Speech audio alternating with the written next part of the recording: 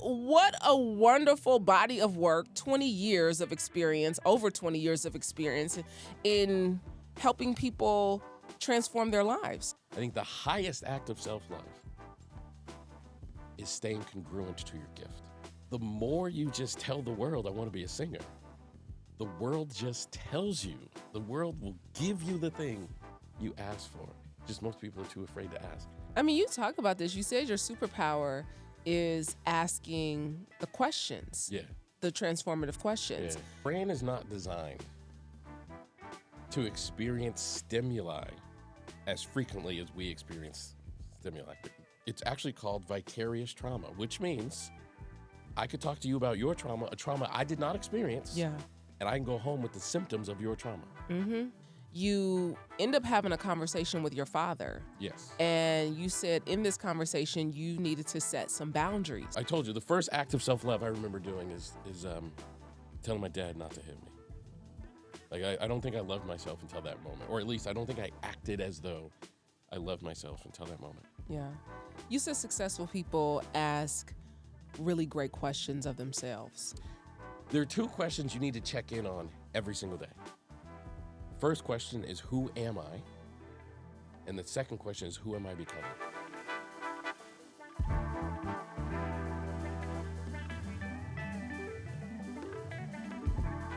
Welcome to Vaught Empowers Talks, where we don't just scratch the surface. We dive deep into the lives of some of the world's most influential change makers. I'm your host, Brandi Harvey. Today, y'all, we're going to figure out how to ask better questions so we can change our future. Elliott Connie is one of the leading voices in modern psychotherapy. He's a licensed professional counselor, best-selling author, podcaster, and the founder of the world's largest solution-focused brief therapy training organization for mental health professionals. A true hope dealer, Elliott has dedicated his career to ending the stigma around mental health while championing inclusivity and diversity in the field. Elliott has authored and co-authored 6 influential books, including The Art of Solution-Focused Therapy, Solution Building in Couples Therapy, and most recently, Change Your Questions, Change Your Future. His impact stretches across the globe, from delivering keynote speeches at major therapy conferences to training thousands of practitioners in the art of asking transformative questions. Elliott believes failing means you tried, quitting means you gave up. One teaches you, the other stops you. Keep going, you're closer than you think. Vaught Empowers Talks welcome therapist, author, podcaster, and your friend in solutions, Elliott Connie, to the show. Thank you for that, Brandi. So happy you could join us. I'm happy to be here. You took a flight to come see me, I man? took a flight, for real. But look, you got some other things done while you're here. You visited your people and all that good stuff. Yes. I mean, what a wonderful body of work, 20 years of experience, over 20 years of experience in helping people transform their lies. Yeah, it's crazy to listen to you list off all that stuff. It's a little embarrassing, actually. You was like, I did that. He was like, oh. You don't think about it, but you hear it all read off. You're like, oh. With your amazing radio voice, and I'm like, wow, I've done some stuff. Yeah, you've done some major things, but it has not come without a set of hurdles and challenges. I think it's come because of the hurdles and challenges, to be honest with you. Yeah. Many hurdles. I mean, growing up, you tell the story in your book. You said you had these very fond memories of being bathed very lovingly by your father. Yeah. And then spanked because you dropped the bowl of cereal because you couldn't hold it like him at 2 years old. Yeah. And they were in very close proximity to one another. True. And that taught you a lot. Yeah, like it's funny. One of my fondest, earliest memories is I remember my dad holding me in his arms, looking in a mirror, and I'm naked and I'm, 2 years old, and he's drying me off, and we're looking in the mirror, and he's telling me how much he loves me, and I don't know why I remember that, but I remember that, and it's one of my fondest memories. And then I also remember what you were saying is the first time I remember being struck by my dad. We had a pool table in our living room. It was kind of like our dining room table. To this day, I have no idea where we got a pool table, how we had a pool table, but we had a pool table. And I remember sitting at the pool table, eating cereal. My dad sat next to me, and he turned around to look at the television, holding his bowl of cereal in his left hand. And, just like a young kid, I wanted to be like my dad. So I took the bowl of cereal in my hand, and my hand is not big enough or sturdy enough to hold it. And when I went to put the spoon in, it fell and dropped all over Yeah. the floor. And when I turned around, he hit me. And unfortunately, that was the beginning of a lot of escapades of Yeah. having to deal with that sort of thing. Yeah.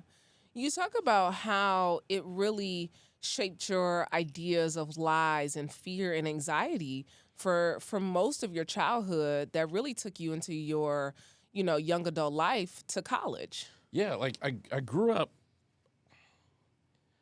dealing with a lot of fear in my home, and the way I try to explain it to people, when you live in a house with someone who's so angry and they do their anger like that on you, Yeah. people think it's only bad in the instances where you're being attacked. But that's actually not true. The fear is there and the anxiety is there consistently. And I'll give you it's an example I always give people. If we were in a closed room, like if we're in this room right now and I close the door and I throw the world's most venomous snake in that room, it's not just when the snake is biting you that you have problems. Yeah. You stay in that room and you're consistently afraid. Where is that snake? What's the snake's mood? Is the snake close to me? So that's how it felt. Like my entire childhood was riddled with fear and anxiety, eventually depression, eventually Yeah. suicidal thoughts. And one of the ways that I learned to cope with it is you're so ashamed and embarrassed, and you look around your neighborhood and everybody seems to have this perfect life, and people are like, "Man, what'd you do last night?" And you can't I got my ass kicked. Like my dad was tuning me up last night because I didn't do the dishes properly. So you just like, everything is fine. You just learn to be, last night was great. We sat around the TV watching, whatever movie. And you don't live your authentic self because you're just too afraid to be judged, and you're too afraid to tell people what's really going on. Yeah. You had this moment in college, though, which was really, when I read it in the book, you said that you had these suicidal thoughts, but you didn't want to die, and people thought you died of sadness or depression. Yeah. Because really it was hopelessness. Man, you said in this thing we're gonna have like deep conversations. You said it in the intro, so we're gonna go deep. We're gonna have like I'm not gonna sugarcoat or be superficial at all. But there was a moment in my life where I feel like God changed me. I genuinely believe it was an act of God. I think it was a divine moment. I Wow. genuinely believe God reached his hand into my life and not just saved me, but changed me. What was that moment? So I wasn't just thinking about ending my life. Like I had decided to do it. Yeah. And I knew like this weekend, I was gone. I was done. And I knew it. I wasn't thinking about it anymore. I was done. And I was in college at the time. I was 19, roughly. And I go back to my dorm room. And I knew this upcoming weekend I was going to take my life. I knew exactly how I was going to do it. I don't want to say it because I don't want to give anybody any ideas, Yeah, but I knew yeah. exactly how I was going to do it. I knew when I was going to do it. And I go back to my dorm room, and I lay down to take a nap. And I remember waking up from that nap, and it's going to sound crazy, unless anybody's ever been in this space. What I'm about to say is going to sound crazy, but I had a tremendous sense of relief because I knew like the pain was going to be over. Yeah. So I was just so calm for the first time maybe ever. And I'm laying in the dorm room, laying in my bed, and I've got this just amazing sense of calm and peace because I know I'm going to end my life, so I don't have to worry about any pain. I don't have to worry about anything. And then I started thinking about my eulogy. I started thinking, like, what would people say at my funeral that was soon, going to be happening soon? And I thought about all my closest friends going up to the podium at the front of whatever church. Yeah. And I thought about them talking about me. I thought about them saying, like, we didn't know Elliott was so sad, or we wish Elliott had told us he was struggling, or we didn't know Elliott was so depressed. And I remember feeling like that's unacceptable. Like I wanted them to talk about my dad. I wanted them to say, we didn't know Elliott's father was this much of a tormentor. We didn't know Elliott's father was this much of an asshole. Like we didn't We didn't know Elliott's father was creating this much pain. And I remember laying there thinking, like, I can't die if everybody's going to tell this lie. Yeah. I remember thinking, like, I have to live long enough in order to tell my truth. And I didn't know it at the time, but in that moment was the decision to live. I literally thought, like, I mean, I can still end my life, but I'll have to do it after people know the truth. So I've got to live long enough to be able to tell my story in a way that people could understand. And it changed me. That completely rerouted my life, and I'm 100% convinced, no one can tell me any different, that God was kind of talking to me. Yeah, intervening in your affairs. I mean, More than intervening, like, intervening would imply, and I want to be really clear about this, intervening would imply that I was on the path to death and God, like, intervened in my death. Stepped in, yeah. That's not what it was. I think more than that, it was like God had a purpose for me. And in order to fulfill that purpose, I had to have pain. Like, I had to have struggle. And that day was when, like, okay, you have this, now I'm going to put you in line for the purpose. Like, so when I say, like, God transformed my life, like, he changed me in a fundamental, foundational way. In that moment, I had pain up until that moment. And after that moment, I had purpose. Ooh, that's so good. I mean, your purpose in that moment shifted your entire mindset because you end up having a conversation with your father. Yes. And you said in this conversation, you needed to set some boundaries. Yes. And you laid out 3 rules for him. Yes. I want you to talk about those rules that you laid out. So I knew my mom. I got to tell you about my mom, man. My mom, there's a level of strength that I think women carry. I think men and women carry strength in different ways, but there's a level of strength that women specifically carry. And it's the kind of strength, and in particular black women, it's the kind of strength that's, I don't know, it's something I even have a hard time articulating, but my mother embodies this strength, and I'm struggling to articulate. The kind of strength that, like, carries a family. The kind of strength that, like, loves you through whatever it is you're going through. And there were multiple times through this journey I would say to my mom, like, I can't talk to my dad. Like, can I please just not talk with the guy, not deal with him? Like, they divorced, and she would send me to him during the weekend. I'm like, me and my brother, like, I don't want to go. And she'd be like, you have to honor thy father. You have to go.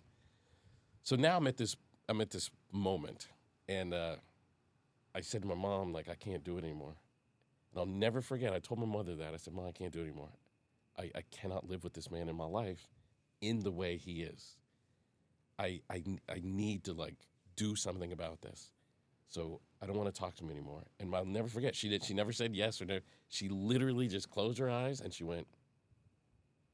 And I knew that was her endorsement of me being able to finally stand up to my father. So I called him. He was in Texas at the time where I was living. And he was visiting me and my brothers, and we had just gone to see a movie. A huge fight happened, and I was like, I can't do this anymore. The first thing I ever did to stand up to my dad, ever, I drove that night. I had a 1984 Volvo. Ooh. It was a terrible tank of That a was car. a whip, y'all. That was a whip. It was a I bought that thing for like $800. It was my college car, but it was mine. Yeah. Like, it was the first thing I'd ever bought of any meaningfulness. And we had this fight in the parking lot of a movie theater, and I broke up the fight. It was between my older brother and my dad, and I broke it up. And we get in the car, and my father slams my car door. And I looked at him, and I said, I need you to get out of the car and get back in the car as if you respect me. And he looked at me like I was crazy. And I said, man, I'm not joking. I'm not starting this car. I'm not moving this car an inch until you get out of this car and get back into the car with some respect. And he got out of my car and walked about 5 miles to his hotel. Wow. And I remember sitting in that car thinking, like, man, this dude would rather walk Yeah. in Texas heat. Yeah. then respect his child. Yeah. So I went back to my house, and he was staying in this hotel, and I called him, and I said, look, man, I need to live a life without violence. I need to live a life where I can heal, grow, figure myself out. After I had that moment in the college dorm room, I switched my major from marine biology to psychology. To psychology, yeah. And I was like, I just need to figure out who I am and who I want to be and who I'm becoming. I can't have this. So I need you to follow 3 rules. If you can follow these 3 rules, I'll get through. I can deal with everything else. You make these 3 commitments to me, I'll deal with everything else, I promise. The first thing is you can't yell at me, you cannot hit me, and you cannot call me names. If you can follow those 3 rules, Yeah. I'm going to be good. I'm going to figure it out. His exact response, he said, fuck you. It's okay, you just broke one of the rules. Yeah. So I hung up the phone, and those of you old enough to remember, there used to be these things called answering machines. So I knew he wasn't at home, obviously, because he was in Texas. So I called his home number, and I left a voicemail on his answering machine. And I said, so we just had this interaction. I need you to know I am not going to speak to you until you confirm that you can follow these 3 rules.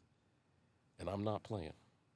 We will not interact until you can follow these 3 rules. I often tell people that was the first time I ever loved myself. That was the first act of self-love. It's like when you love yourself, you protect yourself. Yeah. And that was the first time I ever said to somebody, like, you can't do this. And so I left on his voicemail. He called my younger brother, and he said, tell Elliott that I got his voicemail, and I will honor his wishes. And we haven't spoken Since. yeah. And how many years ago was that? About 30. You haven't spoken to your father in 30. Is he still living? He's still alive, yeah, he's still alive. I've seen him recently, actually. Okay. And how has that shifted you all's relationship? No, because I still have those same rules, and he still has not followed them. Wow. Yeah, he still hasn't followed them. Even after all this time, there hasn't been this growth and evolution in him as he gets older and saying, okay, well, there's so much time, and I don't have that much time left. That's not the case. No, that's not the case. So I've seen him over that 25 to 30 year journey. He was at my younger brother's college graduation, so I'd see him, and it was wonderful to see him actually because it would demonstrate my healing. That the first year of not talking to him was the hardest year of my life. Yeah. Without question, which is odd because the years prior to that I was literally physically having to deal with him. But the first year of not talking to him was the hardest year of my life ever. And one of the reasons it made it so hard is he would do things that would be like super manipulatively triggering. Like, for example, we don't come from a family of a lot of money. And I remember the Christmas after. So this is the first Christmas I'm not talking to my dad, which is psychologically challenging in and of itself. And I remember my younger brother, my father mailed something. He lived in Massachusetts at the time, and we were living in Texas, and he mailed like Christmas gifts. And my younger brother opens it, and he's like, oh, my gosh. And in this letter was a check for $500. And he's like, Elliott, you got a check. You got an envelope, too. And I'm like, I can't take that. So your father sent you a check for $500. Yeah, he sent me a check for $500. And you never cashed it. I've sent it back. I love that for you. I'd have sent it been like, run me my No, because he was trying to purchase his way through my boundaries. Yeah, yeah. And I knew, like, broke, poor, yeah. challenging. I knew You had to. if I cashed this check, he has successfully purchased his way around me. Oof. And I couldn't do it. So Oof. I packed it back and sent it back to him. So it was really hardest year of my life because stuff like that was happening. Yeah. So I'm psychologically dealing with the loss of this person. And I tell people all the time, like, the hardest kind of grief is when you're grieving someone who's still alive. Like, that is a next level grief. And it was so hard. And then over the years, I would see him and I would realize, like, oh, I'm not triggered. Like, there he is at my brother's graduation, and I'm good. I don't have any fear or anxiety anymore. And how long did it take for you to get that? I don't know. That way? I don't know. But I recognized it probably about, 5-6 years into this journey. But recently, so now my brother has children. I'm a very proud uncle. And my dad has moved to Texas because he wants to be around my brother and his kids. And which is still sort of messed up, right? Because now I got to ask myself, you were willing to go almost 30 years without talking to me. Wow. Even if you think you have a justified position, what parent would go that long without talking to their child, even if you have a justified position? And now I have to watch you literally change your life to be around my brother and his children. It's psychological. It's weird. So I remember seeing him at my niece's basketball game, and I'm fine. So you've had multiple interactions over these 30 years. Yeah, I've had a few, but this recent one was so weird because he walked up to me and he gave me a hug and he said, "It's nice to see you, son." And I remember, like, in my head, I was like, "Don't call me that." Oof. Like, you don't have that. You don't have that right. You don't have that right. You haven't been a forfeited it. father. You forfeited. Yeah. It. I've been through a lot in this 25, 30 years since we talked. You forfeited that title. I mean, to get to that, to understand, okay, this was that catalyst that said, I'm moving into the psychotherapy space because I want to understand my mind. I want to understand my life. I want to understand others, right? You've talked about, though, even in this book, this your whole basis of your practice has been solution-driven, transformative questions. In this journey with your own father, what questions have you had to ask yourself? Wow, that shifts a lot. When you're younger, gosh, that's such a good question. I've done a lot of interviews. I don't think anybody's ever asked me that.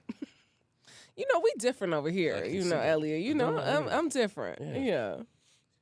So in the early years of your life, and this is like questions really matter.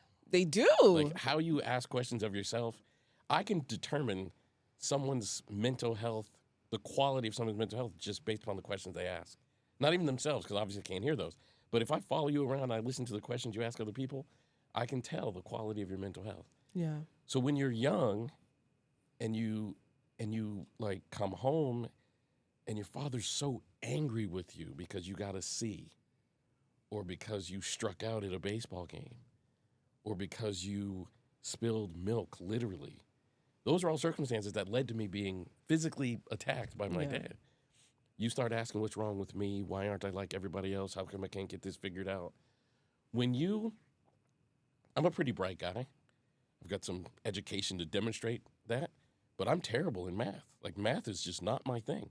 I can write all the livelong day and have always been able to, but math is just numbers is not your thing. Not my thing. Yeah. So I don't know that I can get anything more than a C in math.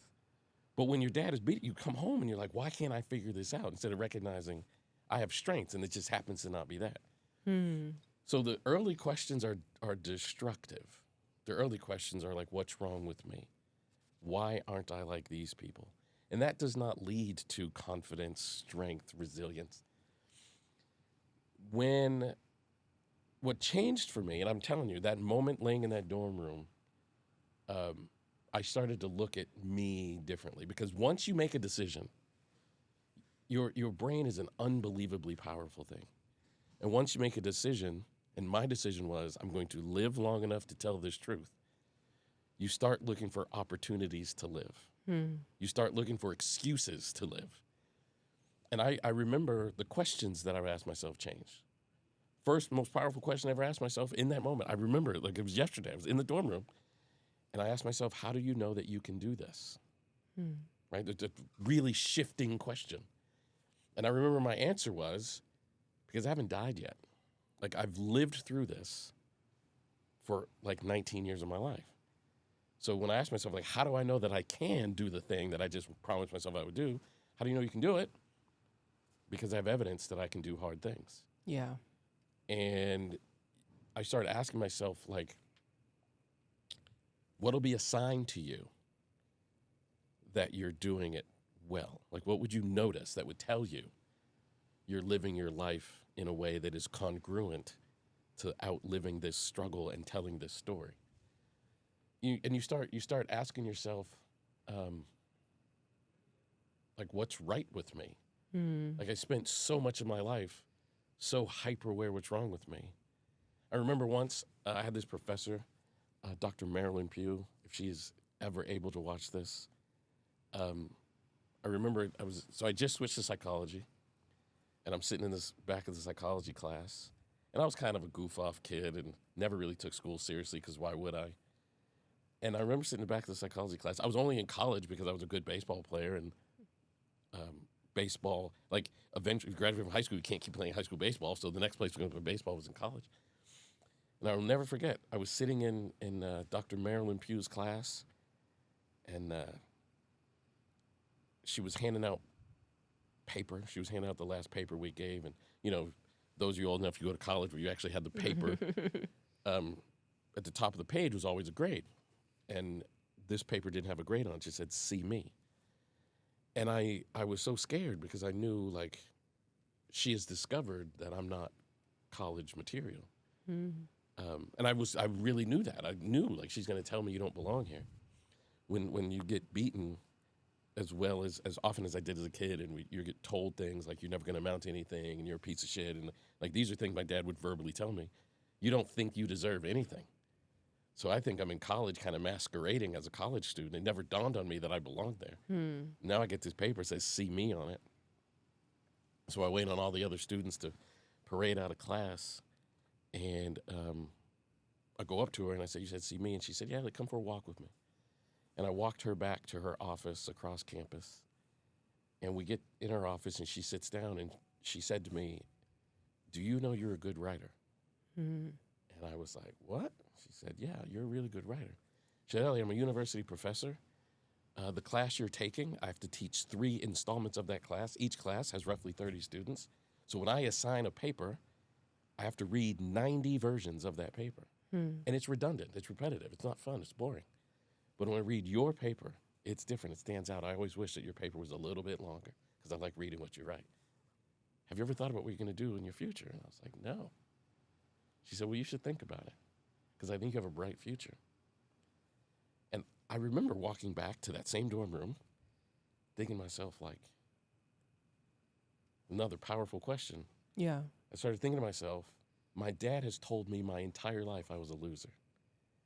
And now here's a university professor telling me I have a bright future. Right. Who's lying? That was a powerful question, like, which one is wrong? And in my head, the only way I can figure out which one was lying or wrong was if I tried as hard as I could. Like, I was like, all right, so I've got to do this life thing, which I never even thought about academically or whatever. I was just thinking I'm just going to get through each day. Yeah.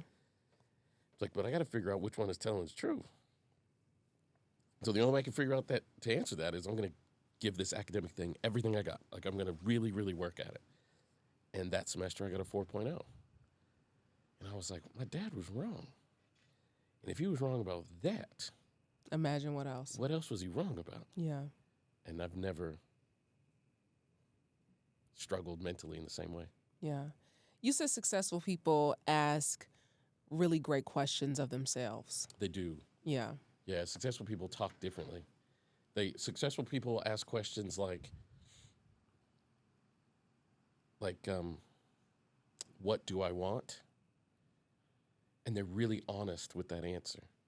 And when I say successful, by the way, I don't just mean rich. Right. I don't just mean financially, but I really mean like people who have figured out a way to live a like happy and like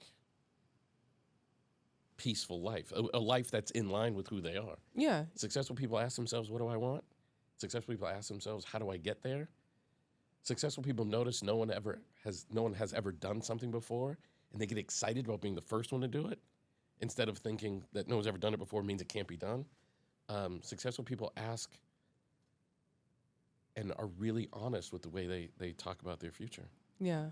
You said the world is your algorithm. Yeah. It wants to give you what you want. Yeah. And part of that is you asking for those specific things that you really want to see in your life. I think that's 100% true. Like, so I'm gonna pick you. You have a person on your staff here named Hannah, and I'm gonna pick on Hannah if Hannah's okay with me picking on her. Hannah's in her early 20s, and I was talking to Hannah, like she helped me, like, you know, fix the microphone and all the things to get in the seat. She's that girl. She's that girl.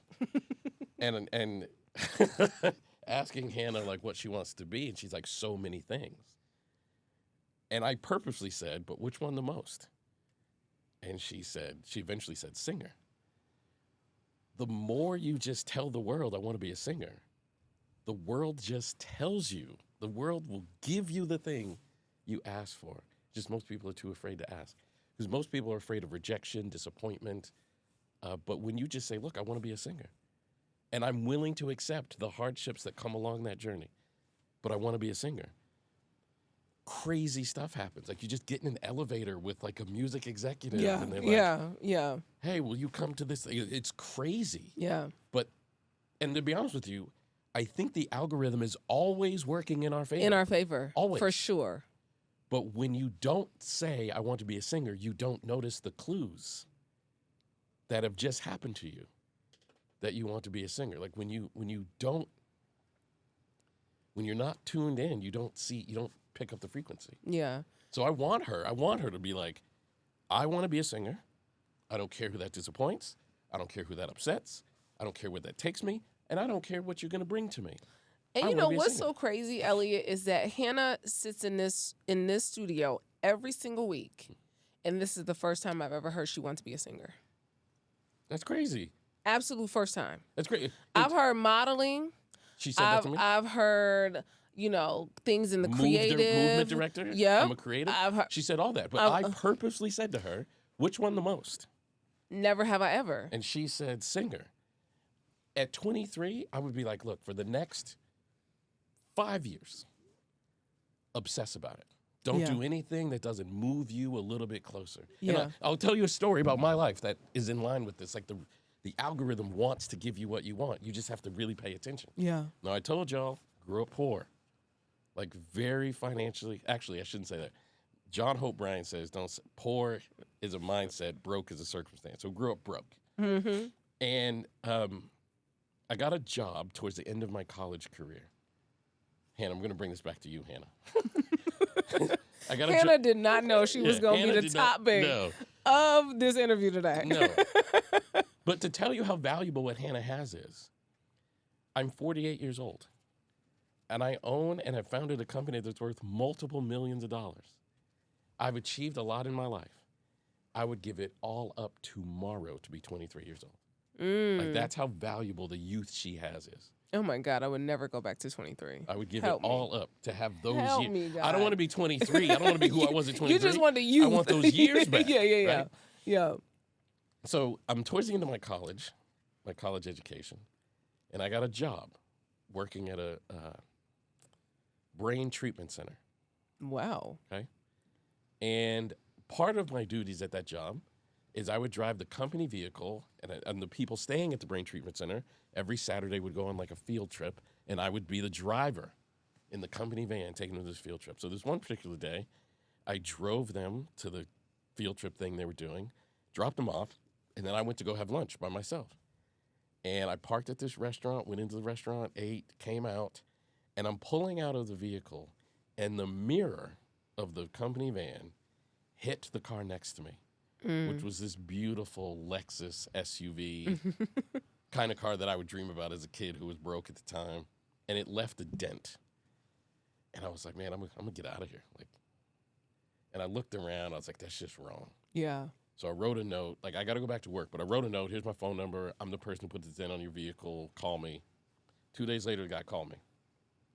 He said, I got a couple of estimates. It's going to cost $1,800. And at my current level of broke, it might as well have been $1.8 million. Yeah. I don't have $1,800. Yeah. I'm not going to get $1,800. I ain't got it. So I said to him, please don't put it on your insurance because then I have to tell my company that I got in this accident. I don't want to get fired. But I don't have $1,800. So can I pay you in installments? And he said, yeah, how many installments would help you? And I said, how about 3? I can give you $600 each month for the next 3 months. And the guy was like, sure, okay, we can do that. So he gives me his address. He works at a Radio Shack. He's the manager of a store, Radio Shack store. And every month, I would go and give him $600. And on the last installment, I drove to him. I gave him the $600. This is pre-Zelle, y'all. This so is this pre-Zelle. is pre-Cash App, okay? Pre-Cash App. Pre-Apple Pay. Yeah. You had to go hand the people the money. It's also pre-Radio Shack going out of business. Okay, exactly. So I give him the $600, and he says, man, you're a very impressive young person. Most people don't keep their word. You could have just driven off. And he said, I want to do something for you. I said, what's that? He said, I want to put you in Radio Shack's management program. I was like, oh, what is that? And he said, we have a year-long training program. And if you succeed through the training program, when you're done, you get your own store to run. And the salary of a manager in Radio Shack is $120,000. And what year is this? Gosh, this is 2000.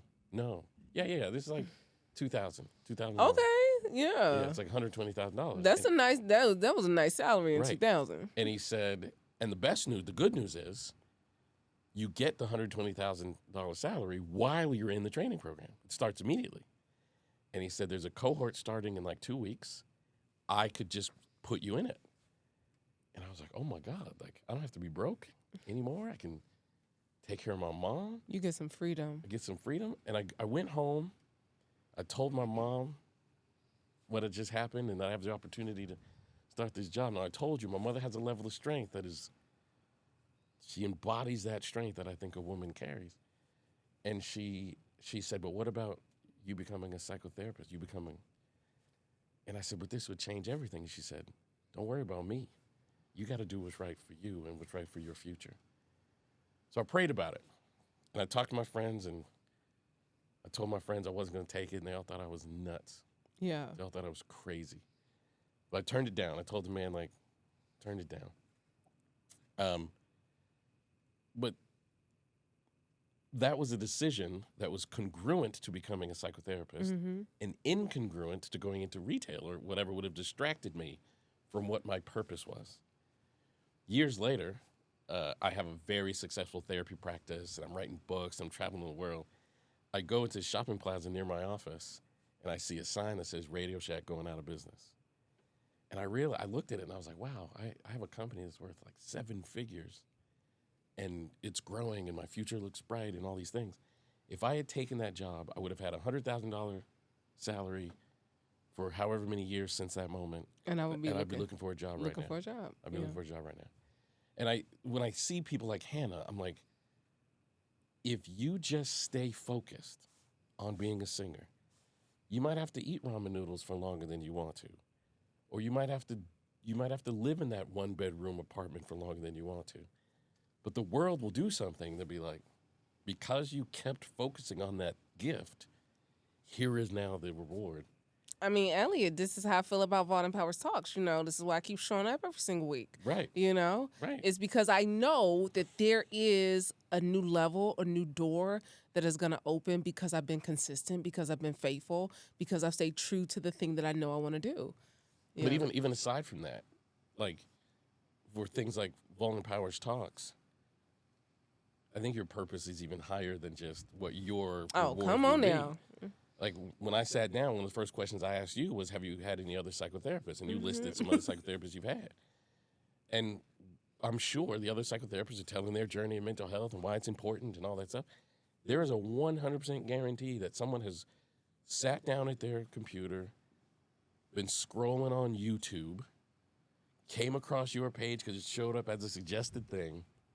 They watched it and decided not to take their life. Or they watched it and decided not to leave their partner.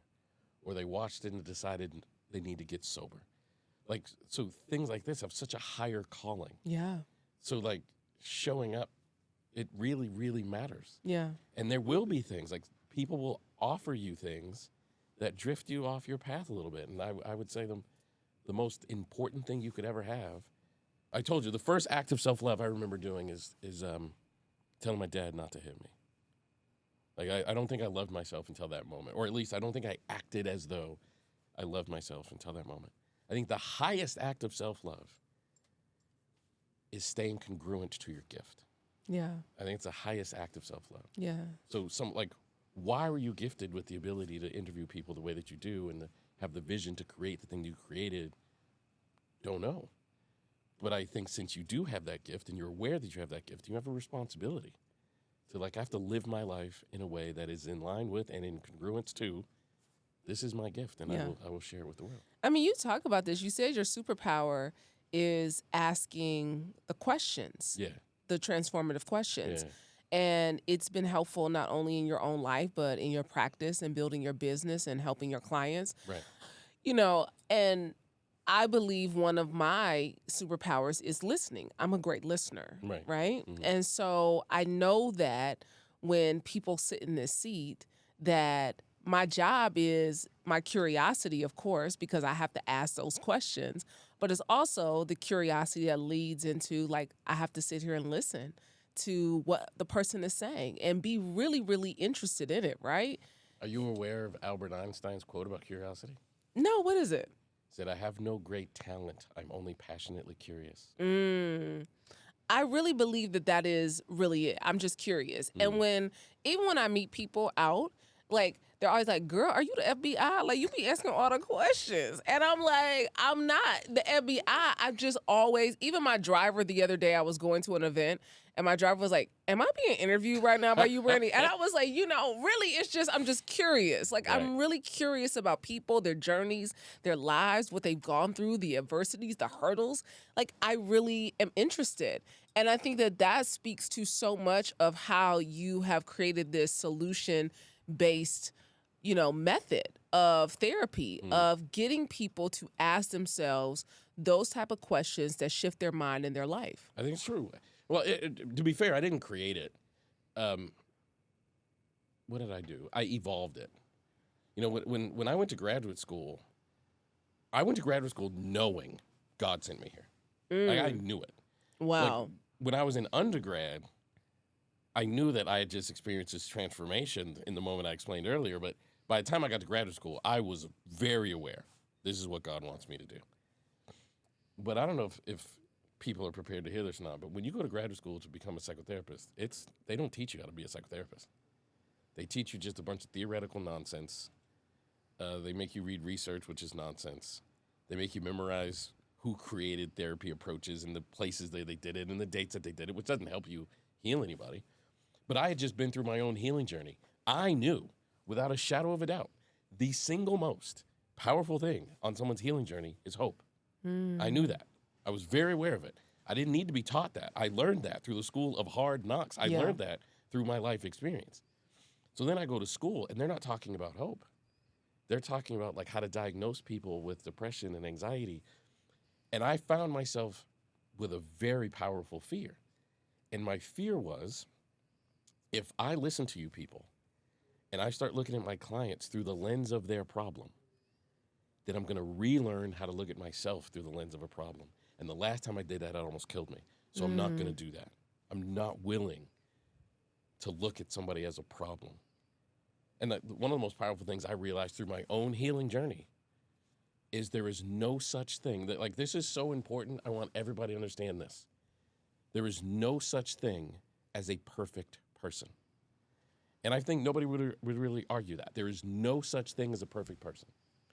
Well, if we accept that's true, if we accept that as true, then that must also mean there's no such thing as a perfectly imperfect person either. So that means every amazing person has some flaw, and every flawed person has some amazing. So now I'm in graduate school, and you're asking me to look at people's flaws, and I can't do it. I can't, because I don't want anybody looking at my flaws. I can't do it. And it just so happened, remember I told you, like, the world rewards you when you were on the path? Yeah. So at that moment where I'm like, I can't do this, there was a book I had to read when I was in grad school. And chapter 13 of this book had a bunch of theories in it, and one of them was called Solution-Focused Brief Therapy. I read 2 pages, but it was all about hope. Right? It was all about the manifestation of hope. And I thought, this is what I want to be doing. I said to one of my professors, why is this only 2 pages? Like, my entire graduate, you're not giving us a whole book dedicated to this. You're not giving us a whole chapter dedicated to this. Just like these 2 pages, but this is what I want. And after graduate school, I went off to realize I want to spend the rest of my life talking to people about hope. Yeah. And that's essentially what I did. And I took this thing, this therapy approach was kind of like the small corner of the psychotherapy field, and have been able to get a lot more attention to it. I mean, you're a hope dealer. That is essentially what you call yourself, a hope dealer. Well, Or what that. people have called you that. But you talk about this vicarious resilience. Right. And when we are in close proximity to it, right? When we are believing in ourselves and we are believing in other people, we're uplifting other people, that rubs off on us. That's true. I mean, no matter what you attend to, it's going to rub off on you. And in the field of psychotherapy, because we're all trained to attend to trauma, pain, troubles, symptomology, if I spend my entire day, 8 hours a day, 5 days a week, talking to clients about their pain, their addictions, their flaws, their difficulties, I'm going to start, it's actually called vicarious trauma, which means I could talk to you about your trauma, a trauma I did not experience, Yeah. and I can go home with the symptoms of your trauma. Mm-hmm. I totally believe that. It's true. 1,000% no. Well, again, if that's true, then the opposite is equally true. If I sit down with you, and this is such a cool thing, if I sit down with you and I'm like, hey, Brandi, you've created this like amazing podcast space. Can you tell me how you did that? How did you know you could do it? What was your first sign that it was successful? When it got really, really difficult, how did you keep going? I'm going to get inspired. Mm-hmm. And I'm going to go home and I'm going to do something that I otherwise wouldn't have done because I was inspired by your story. And I thought, man, wouldn't therapy be amazing if that's what it could be? Mm-hmm. Like if I could talk to people about their struggle, and instead of saying, tell me more about how awful your life was, if I could say, what are you most proud of about the way you endured it? Because that's a powerful thing. Mm-hmm. Like there are certain things I'm very ashamed of, embarrassed about my life and dealing with some of those things. But I can tell you one of the things I'm most proud of is I've never, in anger, put my hands on a woman, ever. Yeah. And I remember being in the 7th grade, we had an assembly, and the assembly was about domestic violence, and the lecture said, if you are currently experiencing domestic violence in your home, you're 52 times more likely to be the perpetrator of domestic violence. And I remember being in the 7th grade, hearing that and going, I'm screwed. And now here I am, 48. Yeah. I didn't do it. You didn't have to buy into it. I didn't have to do it. So what if we could talk to people and say, whatever it is about you, because remember, there's no perfect people means there's no perfectly imperfect people. So what if we could talk to people about your beauty instead of the ugly parts? And what if, in talking to people about their beauty expands? And what if, in talking to them about their beauty, which is now expanding, what if in that expansion creates healing? And what if that healing creates ripples through the family? That, to me, became, I'm going to do this. Yeah. I didn't care what it paid. I didn't care how many, followers I got. I didn't care about none of that. To me, it was like, this is what I'm doing. Yeah. And this is what I feel like all the way back to that dorm room. I think this is what God was asking me to do. God was asking you to do this. You've talked about in some of your online videos, you've talked about how, pre-social media, pre-smartphones, we didn't have this constant interaction with negativity, negative thoughts, Right. this comparison and looking at other people's lives. We didn't have that. That's right. And now, because we get the dings and the bings all day long, That's right. we have created this real universal trauma response. We're all experiencing it. Yeah. Yeah. Your brain is not designed to experience stimuli as frequently as we experience stimuli. Yeah. And your brain is not designed to witness as much trauma as we've witnessed.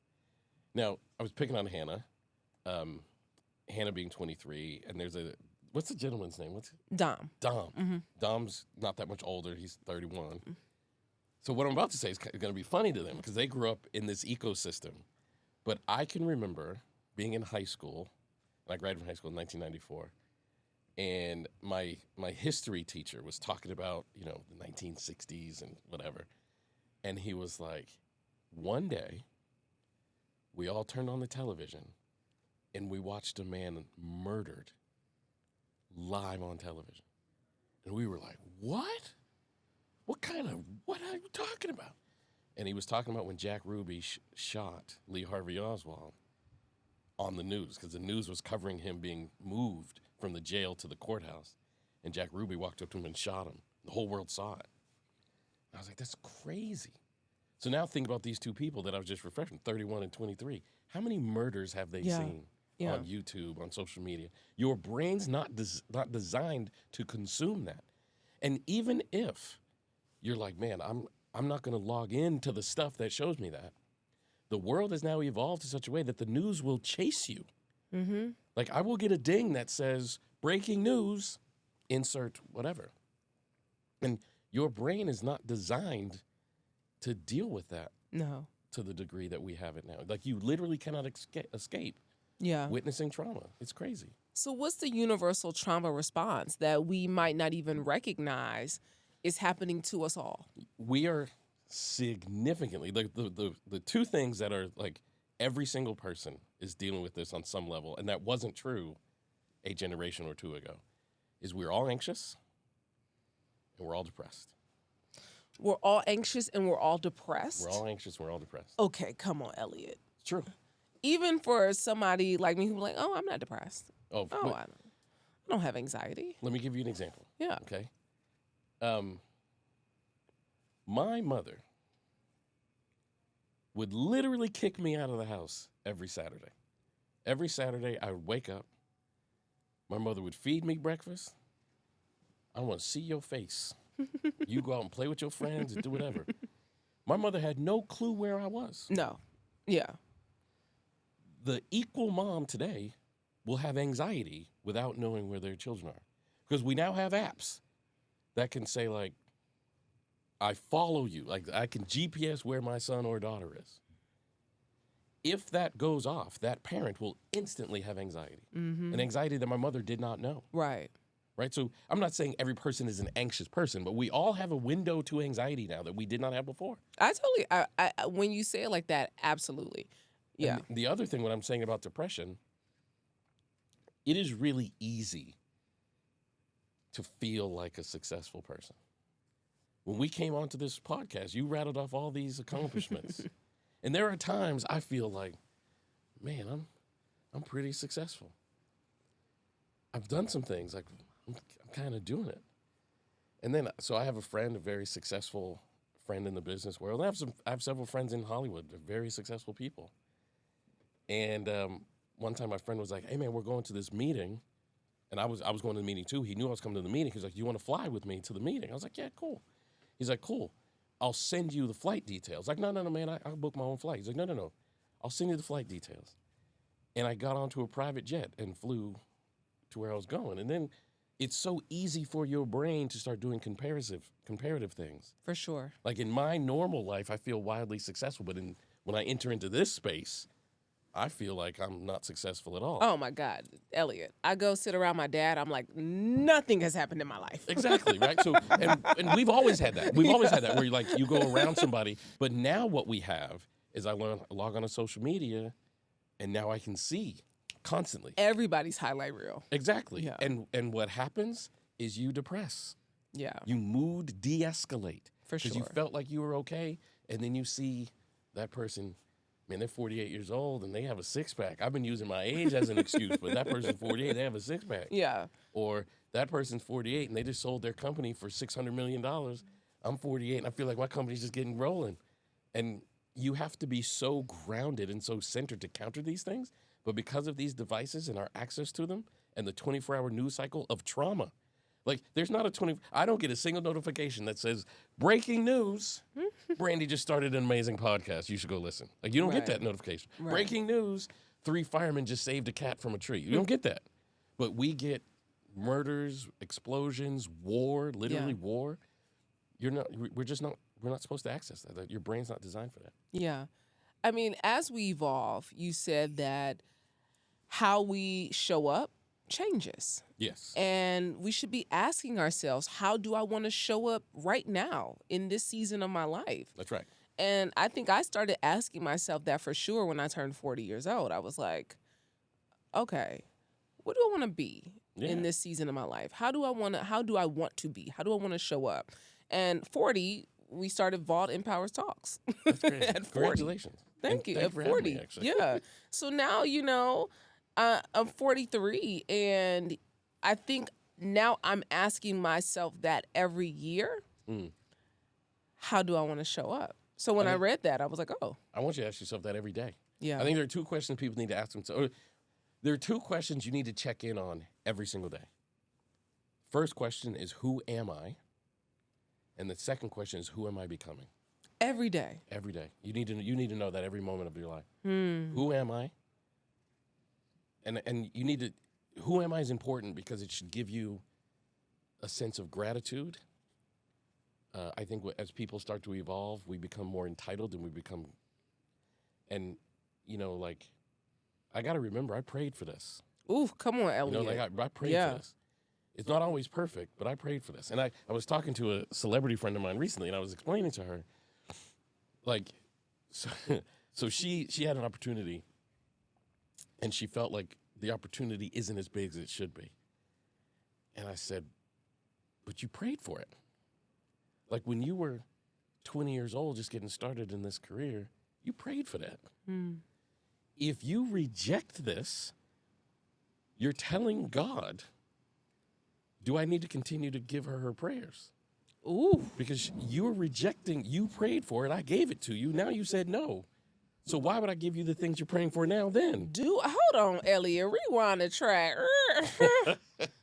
You are telling God God is saying, do I need to give her what she's praying for?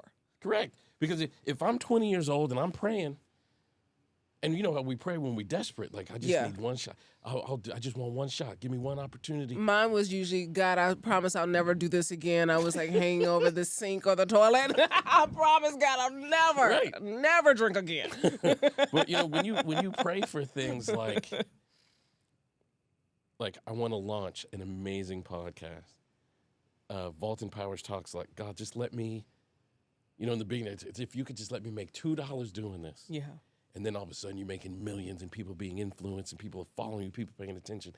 And then some sponsor comes in and they offer you, $1,000 to do this thing. And you'd be like, that ain't enough. But I'm going to remind you, there was once a time you prayed for that $1,000. Come on. So you have to receive it. Because what you're doing is you're telling God, I'm gracious for the things you've brought to me. Yeah. So please keep doing that. Right? So who am I opens up your window to gratitude and being able to remember, I'm currently sitting in a space that I once prayed to be sitting in. Is it perfect? No. But I need to remember how gracious I am to have this spot. And most people don't think enough about who they are. And then you need to think about who am I becoming so that you can become with a level of intentionality. Like, I need to choose who I'm becoming. I don't want just to become. Like, I want to choose who I'm becoming. I want to be active in that choice. You have chosen to become a podcast host, and you want to be active in that choice. You don't want to just be like, I guess I'll just do whatever's coming next, because then you end up becoming something you didn't intend to become. Listen, I guess I'll just show up today. I guess I'll read the people book. I guess, Elliott, listen. I guess that's what we doing. And I think most people aren't asking themselves that question. No. Because, as you stated before, most people are so locked in on what they don't want, who they don't want to be, what they don't want to see in their lives. Most people are fear-based. Yeah. And not hope-based. And I wrote this book, I do my work, I live my life to help people be hope-based. Most people, they try to figure out what am I most afraid of and how do I avoid that? And I would like you to figure out what are you most attracted to and how do you achieve that? What are you most attracted to? What are you most attracted to and how do you achieve it is a far more fulfilling way to live life than figuring out what am I afraid of and how do I avoid that. What do you see with your clients? What are they most attracted to? Oh, man. So first of all, that's such a brilliant thing because most psychotherapy doesn't ask that. Most psychotherapy asks, why are you in my office? And then we start talking about pain, trauma, Yeah, struggle. we start talking about why you triggered all the time. Right. But the very first question I ask my clients is, what are your best hopes from our talking? And people say the most beautiful things. Love, happiness, peace, joy. People say unbelievable things. And they will often say to me, I didn't think about it until you asked. Because most people, we'll talk about addiction, for example. If I ask somebody who struggles with an addiction, what brings you into my office? They'll say, I need to get rid of alcohol. I need to get rid of drugs. But if I say, what do you hope to achieve? What are your best hopes from being here? They say things like, I want to be a better dad. And in order to be a better dad, you have to get rid of alcohol and drugs. But now we just shifted the focus on how we do it. And when you focus on something that is in line with your hoped for future, then healing is just a part of that process. If you focus on healing and you're like the problems that you have to heal from, it's a very difficult thing. Yeah. As we close out, one word you're committed to in this season of your life. Ooh.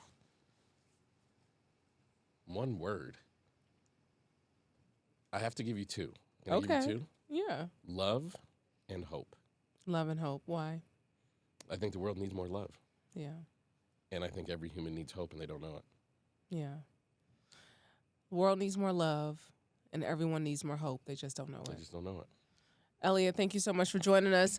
Change your questions, change your future. Vaught and Powers Talks, another good one for the books. Be sure to share this with someone who needs a little more love and a little more hope in their lives. Until next time, I'm your girl, Brandi Harvey. Eat well, give a damn, move your body every single day. Peace.